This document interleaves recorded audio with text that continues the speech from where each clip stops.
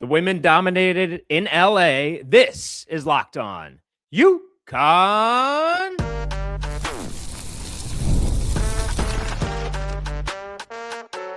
You are Locked On UConn, your daily podcast on the UConn Huskies, part of the Locked On Podcast Network, your team every day.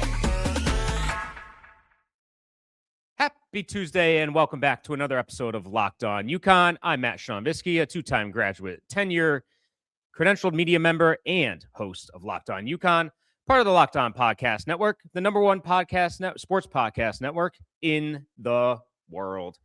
Please hit the like and subscribe button, and thank you for making this your first listen each and every single day. On today's show, we'll recap the women's win over USC out west. Then we'll talk football recruiting as head coach Jason Candle is starting to bring in some new members into the fold. And finally, we'll talk with one of them, the first ever commit in the Candle era here to UConn football, quarterback Bo Polston, who chose Candle over the likes of Kirby Smart, Kirk Cinetti, and many others. But first, today's episode is brought to you by Game Time. Download the Game Time app, create an account, and use code LOCKEDONCollege for $20 off your first purchase. So the UConn women out in LA this past Saturday took down USC 79-51.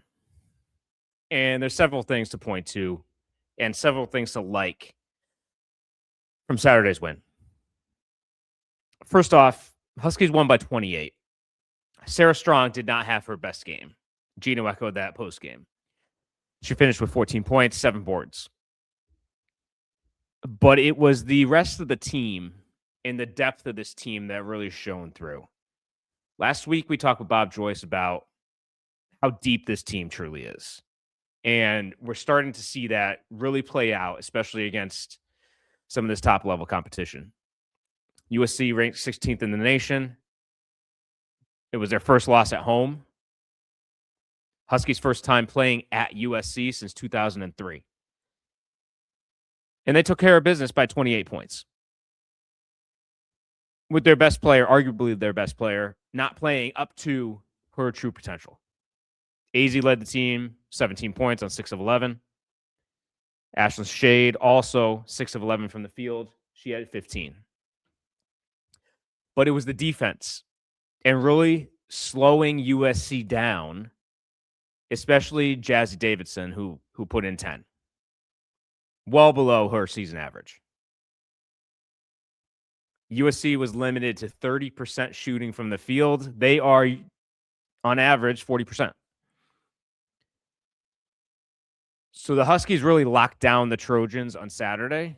And the defensive effort that we've seen across the board this entire season, it's really a strong suit. And why UConn is able to really, truly extend these leads out so far. First half of that first quarter was tight. By the end of that first quarter, it was 23-9. They really put their foot on the gas pedal back half of that first quarter, created that distance. And then, listen, it was smooth sailing from there.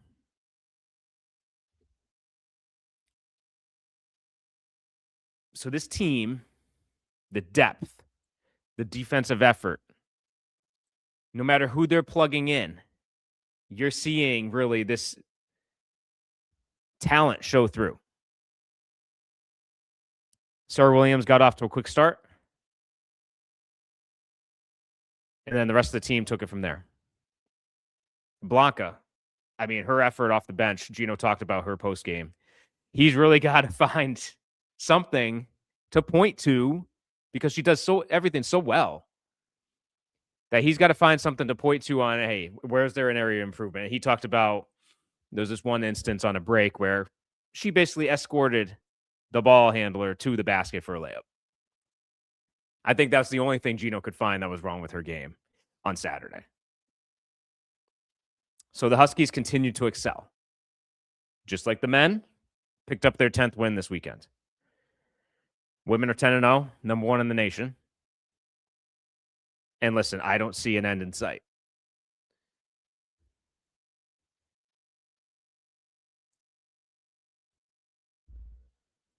So after that win, the Huskies returned to Big East play on Wednesday against Marquette.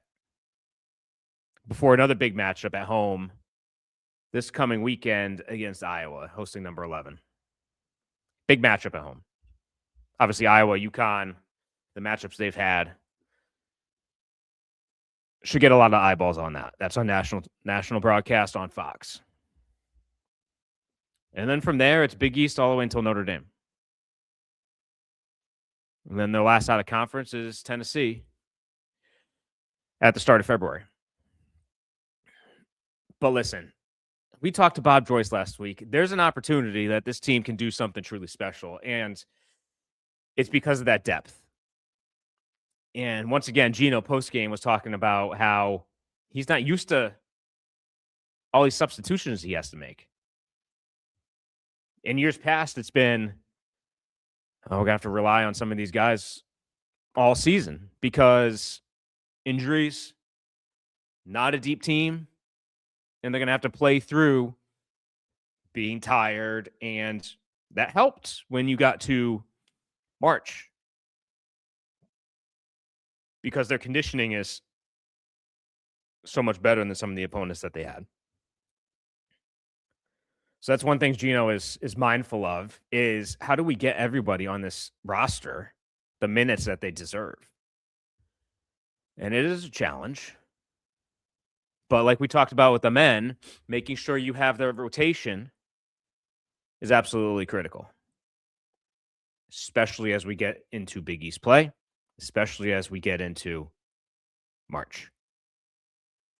So that's something that's going to be a key focal point for this team as we move forward. What's another thing Geno talked about post-game?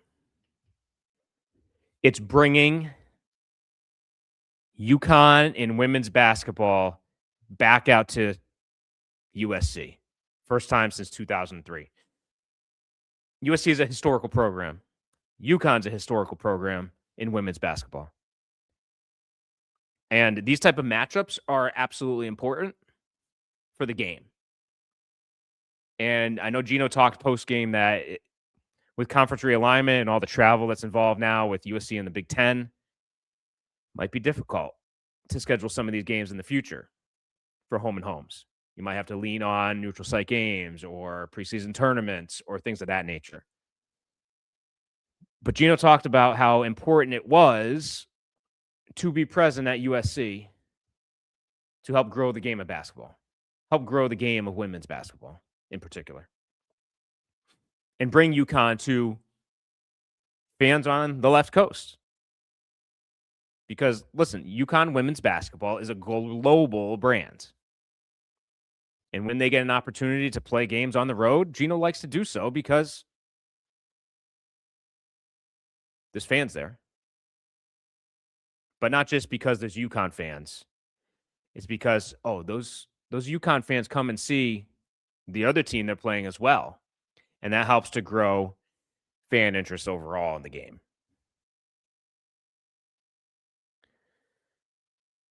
So look for more of these games to pop up, whether that's with UCLA or run down the list of anybody that's a prominent women's basketball program, storied.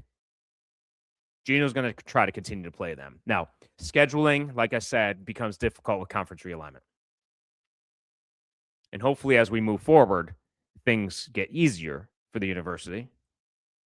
But just the way things are going right now, these home and homes might be a little difficult short term as we see some of these, especially West Coast schools, try to figure out how they're going to navigate a Big Ten schedule and all the travel that goes into that. So again, the women, 10-0 on the season, 28-point win, and just getting better and better and better. My prediction, this team has a chance to equal something of those great teams that have been here and called Storrs home. Especially with the schedule that they have. They've got 3 out of conference. Like I mentioned, Iowa, Notre Dame, Tennessee. Big matchups, marquee matchups. Nationwide eyes will be on each of those games. But the depth this team has, the way they play defense. And the last thing that Geno mentioned, being able to have low post players, 44 points in the paint, not have to rely on jump shots, perimeter game, being able to pound the rock down low just helps. It helps sustain success game after game after game after game. Not having to rely on outside shooting where you can get cold for a stretch throughout the year. As a comparison on the men's side, just look at how Solo Ball struggled. But with this group, you can get down inside and you can be reliable each and every single game with your post presence that you have. So you've got depth, you've got defense, and you've got your low post game, which is a huge reason why I think this team has a chance to do something truly special this season. So the Huskies, again, 79-51 winners at SC over the weekend. Back in Big East play Wednesday night, 7 p.m. at home against Marquette on Peacock. On the other side, Jason Candle is starting to make an imprint on the recruiting trail.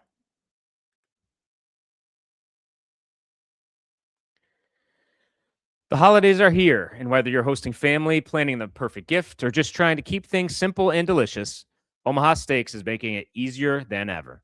From effortless holiday entertaining to unforgettable gifts, Omaha Steaks delivers the world's best steak experience straight to your door. And what makes it even better? With Omaha Steaks, you always know exactly what you're getting. USDA certified tender steaks, premium proteins, gourmet sides, and decadent desserts that make everyone feel appreciated. Steaks are perfectly aged and insanely tender. It's restaurant level at home. They have so many options: steaks, burgers, chicken, pork, seafood, desserts.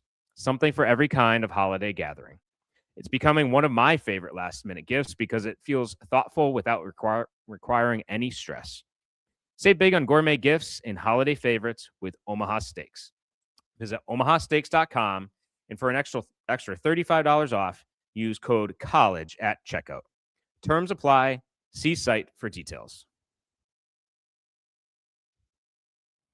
Back in on Locked On UConn, we're switching gears from women's basketball over to the football side. And Jason Candle starting to make an impact in the 2026 recruiting class. Several players who committed to Toledo have now backed out of those commitments since Candle has been hired here at UConn. 2 have committed to the Huskies, with several others, even today, on this Tuesday, deciding to withdraw their names from Toledo and reopening their commitment. Would not be surprised to see a few other names here committed to UConn in the next couple of days. The first one is quarterback Bo Polston from the state of Indiana. A former 4-star who, when he committed to Toledo, shocker, recruiting services dropped him to a 3-star. But this is a kid that has 80-plus touchdowns in high school, 60-plus throwing, another 20 on the ground. And we talked to him. You're going to hear the interview coming up. Confident, level-headed, even-keeled, has priorities in line, and a leader. Somebody that has potential to have traits that you look for in a captain. And when you are a coach in a new place, your first commit is always like, which way are we going to go here? And listen, talking to Polston, like I said, character kid, confident, leader. And he's got the stats to back it up. And he's got the offers as well. Kirby Smart gave him a phone call and offered him a scholarship. I was talking to Polston post our interview, just a little behind the scenes. And that's one thing he said. Hey, I got a call from Kirby Smart. offered me, and I gave Coach Candle a call and his offensive coordinator a call and said, hey, I just got this call from Kirby Smart. The reaction of the coaches at Toledo at that time, well, it's been great working with you. Good luck at Georgia. And Bo's response was, no. I'm with you guys. And you'll hear in the interview a little about the relationship that Polston formed. And we've heard this since Candle arrived here, right? The relationship aspect of Coach Candle and his staff, how he treats his players, how there's loyalty there built up, not just after they've been here for several years, but how Candle and his staff approach recruiting. I think that's so important that you have a high-profile player like Polston, a 4-star, that gets offered by a perennial powerhouse in Georgia that is competing for SEC and national championships. Yet he hangs up the phone, calls Coach Candle, and says, I'm sticking with you. Because there's something about Coach Candle, his staff, and the approach that they have. So Polston's one. Second commit is Tyreek Harris, linebacker from Florida, who also had other offers at a P4 level there, Iowa State in particular. So one offense, here's your first commit on defense, which indicates to me, I think Candle knows where he's going on defensive coordinator, which we'll see play out here probably in the next week or so. There'll likely be an official announcement of who is coming, and we'll take full ownership of the defense. We've had the conversations previously of how that side of the ball is handled under Jason Candle. It's going to be a hands-off approach. Defensive coordinator, you own that side of the ball. Take care of business. Take care of your responsibilities. Get that unit in order, as Candle will be focusing on offense. So far, 2 commits, Bo Polston, who we'll talk to in a sec, and Tyreek Harris. 2 potential leaders as this unit and this roster and this recruiting class comes together. And there's more to come. As I mentioned, just like on the UConn side, when Mora left, that's happened at Toledo as well. Commits that were committed to Coach Candle and his staff, now backing out of those Toledo commitments, reopening it up. I wouldn't be surprised if we see another few names here in the coming week. So that's a bit about Jason Candle and recruiting and football, how things are transpiring here as Candle gets settled here in Storrs, Connecticut. On the other side, we'll talk to Bo Polston. It was a great interview. You'll see some of his confidence that he has, some of his leadership traits. We'll talk a little about his on-field performance. You'll get that after the break. The World Cup is coming back to North America for the first time since 1994. And with 48 teams for the first time ever, it's going to be massive. But let's be honest, getting tickets is usually the hardest part. That's why the Game Time app is clutch, finally giving fans a real advantage when it comes to snagging seats. With Game Time, you can track price drops in real time, get alerts when great seats open, and buy tickets the moment they hit the app. It puts the power back in your hands and makes going to the World Cup realistic instead of impossible. You pull up the app and the layout makes it so simple to scroll through matchups and compare seat views. Pick a game, tap a section, and have your tickets locked in within minutes. No confusion, no hunting for fine print. The seat view feature is a game changer. You literally see what the pitch looks like from your exact seat before you buy. Take the guesswork out of buying World Cup tickets in every match, concert, or event with Game Time. Download the Game Time app, create an account, and use code LOCKEDONCOLLEGE for $20 off your first purchase. Terms apply. Again, download the app, make an account, and use code LOCKEDONCOLLEGE for $20 off. Swipe, tap, ticket, go. Game Time.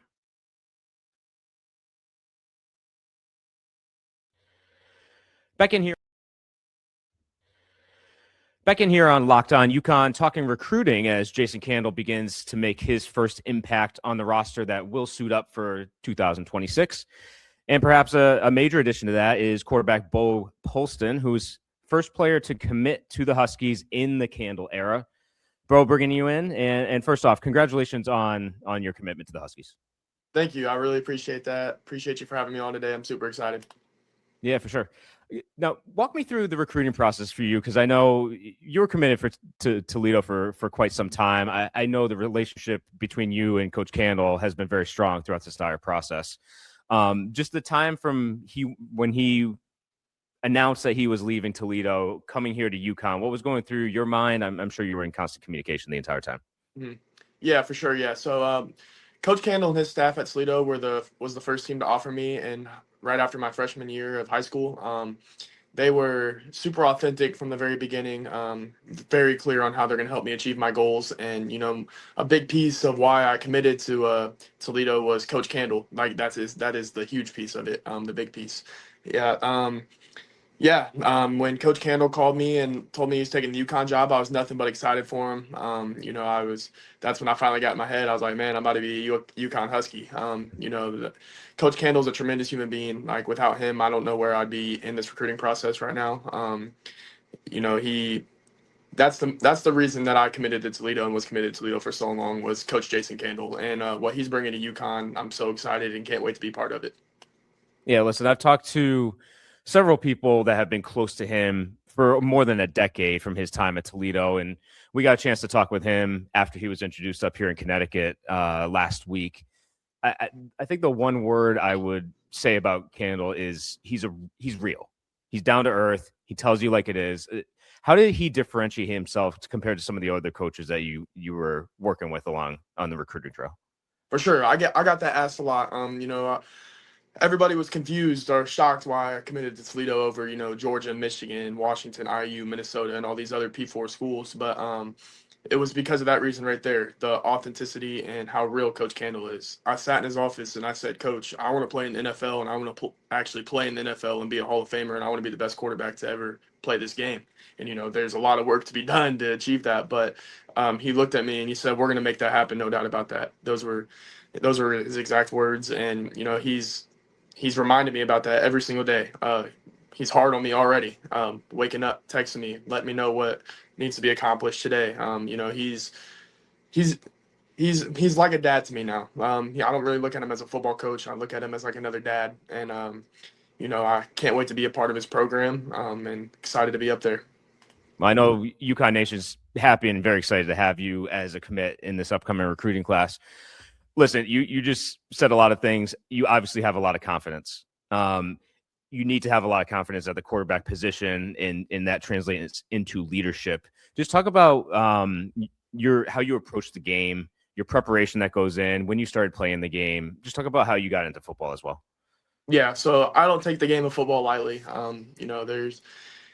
There's so many other things you could be doing in this world, and I chose this amazing game, and it's probably the best thing that's ever happened to me. I picked up a ball when I was in first grade. I never started playing quarterback truly until I think middle school, like around the middle school 6th grade mark. But then I just fell in love with the position of playing quarterback. You get to go out there and serve others. Like there's just a sense of humility that comes with it, of just being being a great teammate. And, so the game of football has brought me so many things, so many relationships. Like now I have with Coach Candle and relationships I have with other players across the country on other teams. This game of football has brought me so much, and I just don't take the game lightly. I film studies always 24/7, working out, training with my quarterback coach, Anthony Morelli, in Westfield, Indiana here.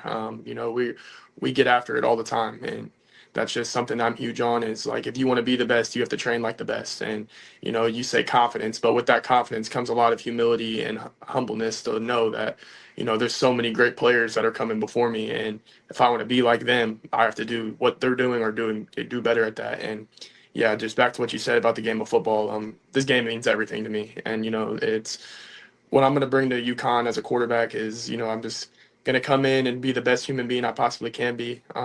From on the football field to off the football field. I'm going to work my butt off, give everybody 110%. And from a skill point, I feel like I can make every throw on the field. I can make things happen with my legs. I believe I'm a true dual threat quarterback, and I'm ready to show UConn Nation what Bo Polson's going to bring to the table. Well, you clearly got the mindset to lead to success for sure. And then on the field, 86 touchdowns in your career, 66 through the air, 20 on the ground. You talk about dual threat. Just what do you bring to the game, and what can UConn fans expect to see from you on the field? I believe the UConn fans are getting a winner. There's nothing more that I want to do than win. I feel like I've said this before to some other people that have asked, but we're going to win championships at UConn and win football games. And that's a promise from me. And we're going to have a great time doing it. I can't wait to be a part of it. It's going to be super exciting.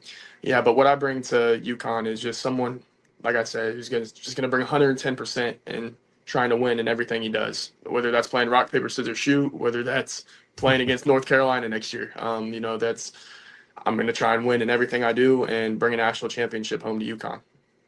Now, Coach Candle was announced maybe a week and a half ago. Have you gotten a chance to come up to Storrs and check out campus yet? So I have not. I'm planning to get up there in early January for my official visit, and then I will actually be back up there in a week full time, as I'll be an early enrollee. I think that's around the January 20th mark. Yeah, I'm excited to see what Storrs brings. I know it's a beautiful campus. I've done my research, watched a lot of videos. They're just a great tradition of UConn, like the basketball programs all the way to the football programs, to whatever sports programs. And just look at the tremendous leadership that you have around you with Coach Hurley, Coach Geno, now Coach Candle. It's just a special place, and it's a great time to be in UConn. So super excited.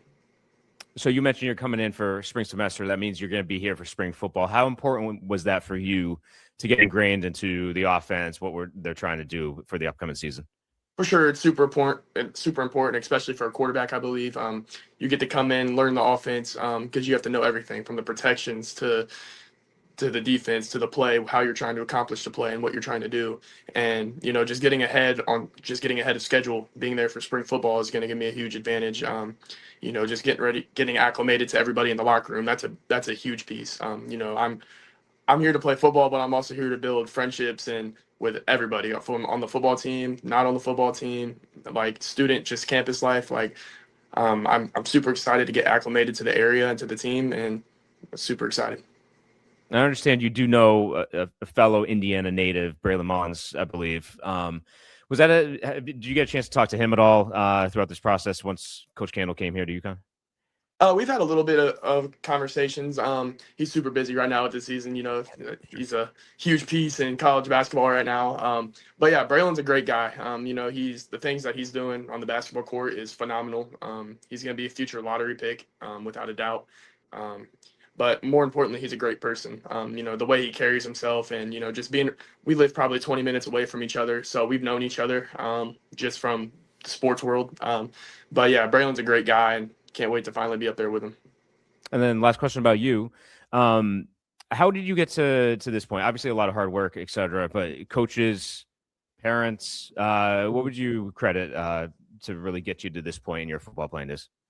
Yeah, I would just say everybody in my support system, especially my parents. My mom, she's the person I can come home to and hug, and just debrief everything. And then my dad has been, we've been training since I was 7 years old, whether that's baseball or football.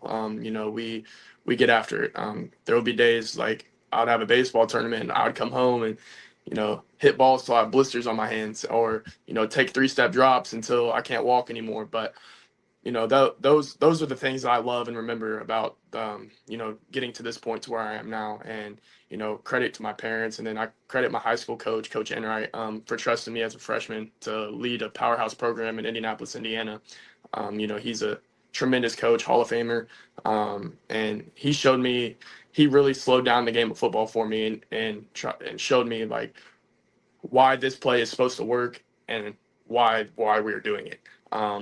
And then he just put me in the right position to succeed whenever we were on the field. And I couldn't thank them enough, couldn't thank my parents enough. And then to my quarterback coach, Anthony Morelli, like I started with him my freshman year, and without him, I don't know where I would be. He's changed from my throwing motion to my mechanics to understanding coverages to just everything football related. And then I want to give credit to my little sister, Bailey Polson. She's a sophomore here at Decatur Central. She really keeps me humble. She's my best friend, and without her, I seriously don't know where I'd be, along with my two other sisters, Logan and Leah, who are just a little bit younger. So all credit to my family and coaches, and without them, I don't know where I'd be. Listen, it's clear you have your priorities in the right place. So, but I know UConn Nation is very excited to see you once you get up here in January. And look forward to covering you while you're here throughout the football season this coming year. Absolutely. Super excited. Ready to win. Go Huskies. All right, I'm going to hit end. All right.